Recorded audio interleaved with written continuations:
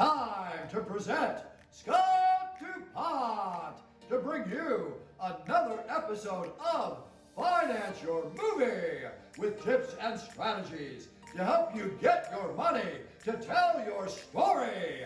It's time! Okay, I'm here with Rick Pamplin, award-winning writer, director, producer, DGA member, and most importantly, the writer and director of the new movie, Movie Money Confidential. Welcome, Rick. Thanks, Scott. Thanks for having me.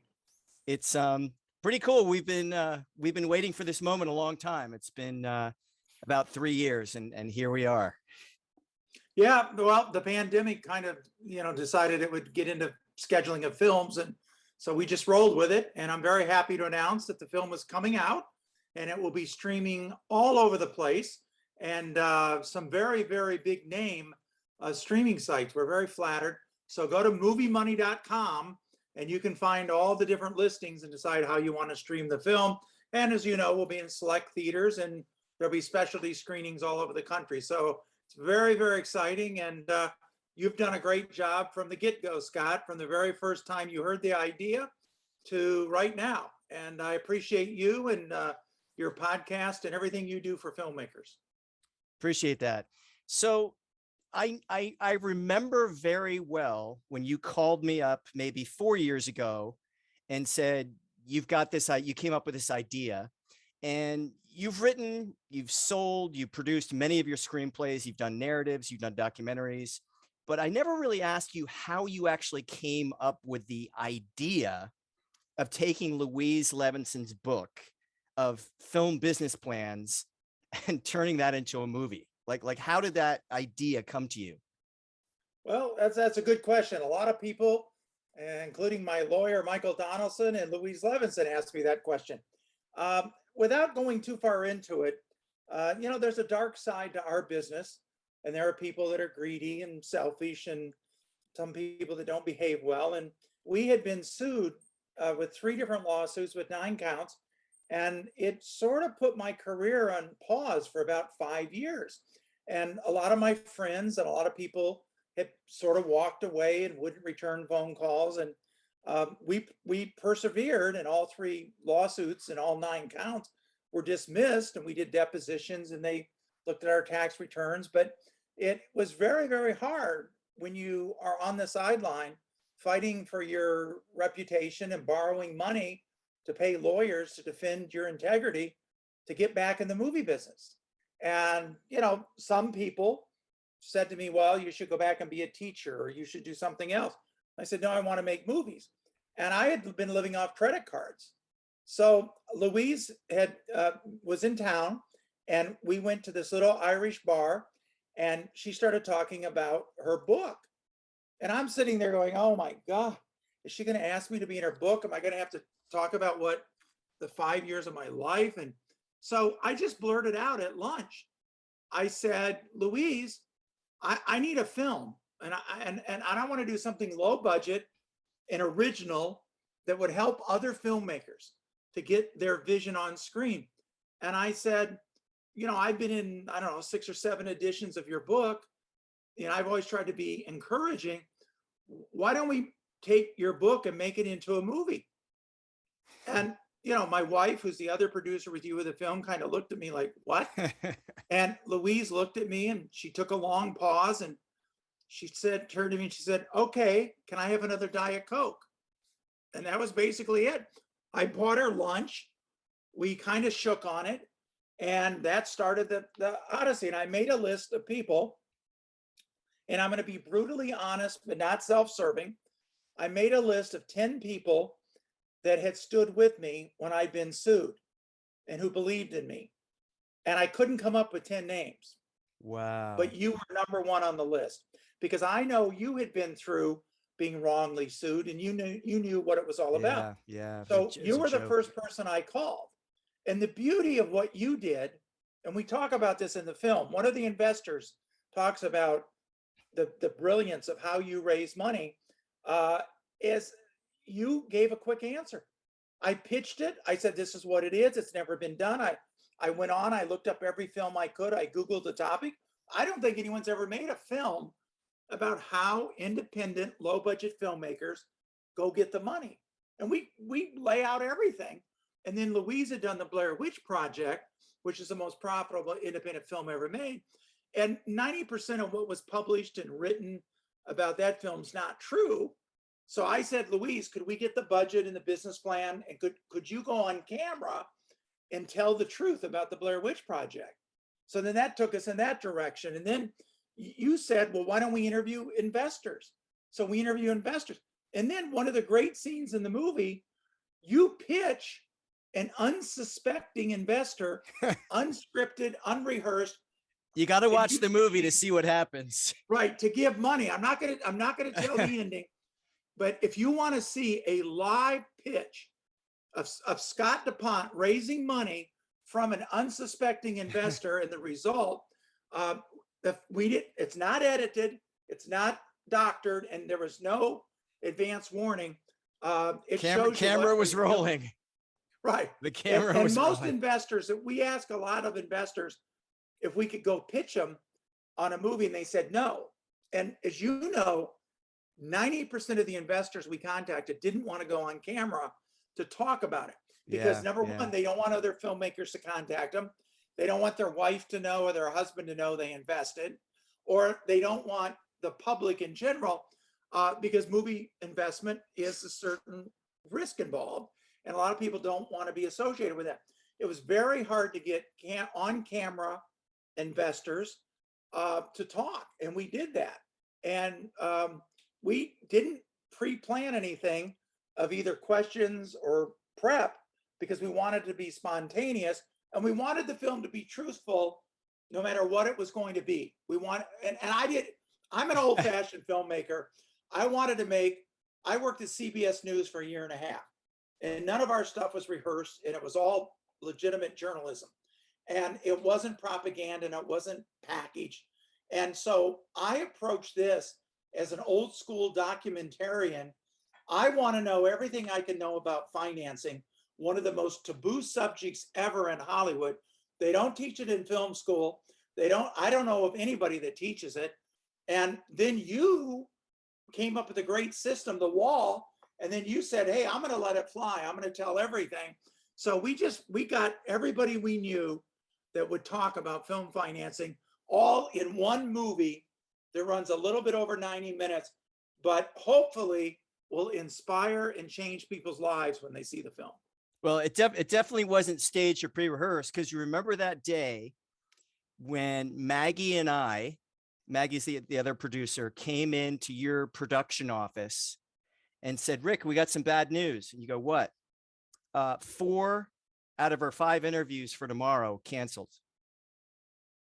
Yeah, I remember one day 7 people canceled in less than 12-hour notice that they got cold feet.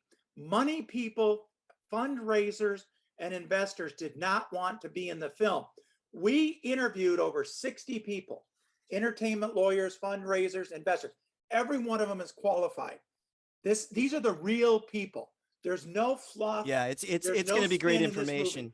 So you come up with a lot of creative ideas. I mean, just genius ideas. And the one which I don't want to give away, but smack in the middle of the movie, you're going to see this couple, Bob and Barb. You came up with this crazy idea, not only to encourage them to invest in the movie in the first place, but how they could double their investment. So you got to see the movie for that. But along those lines, can you think of one creative idea in this film or in any of your films? Because you've raised millions and millions of dollars during your career. Kind of an unusual creative idea, how you pitched an investor, or kind of an interesting way that you brought an investor on? Or well, we told the truth. I used to have a very successful entertainment lawyer who had raised a lot of money for a lot of movies. And I said to him one day, why is it so hard to raise money for movies? And he said, because you tell the truth. And then he told me about a client of his who was in jail, who had lied. And you know, when we were at Universal Studios, there's a very prominent producer there who went to jail for lying to investors. And this is the trick. And one of the fundraising guys, Tom Bliss, talks about this in our movie. That if you tell investors what they want to hear, it's easier to get the money, but in the end, it doesn't work. And we took the long, hard, winding road by telling people the truth. We would give them Louise's book, and I don't think there was anything I did other than tell people the truth. And I said, go look up my court case. Go look up what I've been through. This is my comeback. And you made me talk about it on camera. I didn't even want to be in front of the camera, and you kept pushing me. But we talk about the dark side. We talk about in fact, I think we have 3, 4, 5 lawyers on camera. Yeah. And who contradict themselves, which is very interesting. We have some top lawyers talking about all of this because people get into fundraising and they don't understand. My secret is this: tell the truth and be patient. Yeah, patient is definitely a key word. It takes time and it takes a lot of follow-up. It's all about timing. Well, here's the second thing. I've worked with people like Burt Reynolds, who's in this movie. This is Burt's last movie. I've directed Ernest Borgnine, Academy Award winner. I've worked with a lot of famous people over the years that I've directed. But I'm going to tell you the second most important thing, Scott. Cast your investors more carefully than your actors, because one bad investor will ruin everything. Everything. That's and you interesting. must cast people that understand the risk, understand the type of film you're making, and don't try to corrupt you. And some of them will say, hey, I want to meet pretty actresses, or I want to meet guys that supply drugs, or whatever it is. You got to run away from those people. You got to run away. Yeah. Get a good entertainment lawyer, write a good business plan, and tell people the truth. And if it takes forever, I've got some films, that I've been raising money for 20 years because I'm not going to take a shortcut. And I'm passionate about making those films. But my advice to your audience is to be honest, get a great lawyer, get a great business plan, be patient, and cast your investors more carefully than you cast the actors in your movie, because the investors in many ways can hurt you more than a bad actor can hurt you in your movie. Yeah. And one of the things I always say to my investors, and I know you do this all the time, is when you take the check, you say, thank you very much. We will always listen to you if you want to give some input. But at the end of the day, you're not a professional. I'm the director. In my case, I'm the producer, and we're making the movie, not you. And that's a fine line you got to draw. You can listen to input, but you're the director and you're a DGA director. So end of story. Well, you were there, but some of the greatest advice I've ever heard in my career was given by Burt Reynolds about making an independent film and raising the money. Yeah. And it's a Burt Reynolds the audience has never seen. We've spent a lot of time with Burt. He opened up. I think we really touched his passion, but Burt's in my head and I listen to Burt all the time, and he's always talking to me. And Burt gave some of the greatest advice for actors, directors, writers, producers getting started in the business today, because he went through it all. He started at the bottom and worked his way to the top and stayed there for 10 years as the top box office star in the world. And he had heard and seen it all. And the interview that we have with him in the movie, the reaction that people get. It was an honor. It's heartbreaking that it's his last film, but it's a beautiful thing that Burt shares so much with the audience. And if there's nothing else you're interested in the film, you got to see Burt. And also Salma Hayek talks about what she went through with her wonderful film, The Prophet. Yeah. And there's this great line that she says in the movie, and I'm not giving it away, but she goes, was I crazy, to try to raise money? So people always say to me, well, why is it so hard? Well, if it's hard for Salma Hayek or all these other people, Spielberg, or all these people that are always out trying to raise money, it's hard for everybody. So you just have to learn your craft. And what you're doing on the podcast, again, not to, be overly praising you, but, I don't know of anybody else talking about this. Scott, this is a subject that for years and years in Hollywood nobody would ever want to talk about. And when I taught screenwriting, and when I would talk openly, people would get mad at me. And there's an old saying in Hollywood, never wise up a chump. People would get mad and say, you're letting the competition learn how to do stuff. And I'm like, no, no, no. I'm opening it up so more people, more voices can be heard. And many of the people that I helped in my classes that I taught at Loyola and USC would then hire me. You know, they'd buy a script or they'd bring me in as a consultant. I believe in helping and empowering people, especially coming out of the pandemic. This is a great opportunity for independent filmmakers to step up. The smaller budgeted films that can turn a profit on streaming are going to have an awful amount of opportunity. It's awful's not the right word. It's tremendous opportunity to make their careers if they see that opportunity. I'm sorry that a lot of theaters are not, you know, they're not coming back as big as everyone wants them.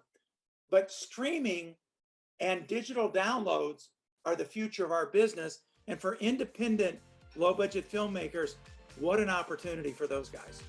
Yeah, Rick, I'm coming up on a quick break here. Can I bring you back in just a few seconds? Absolutely. Thank you.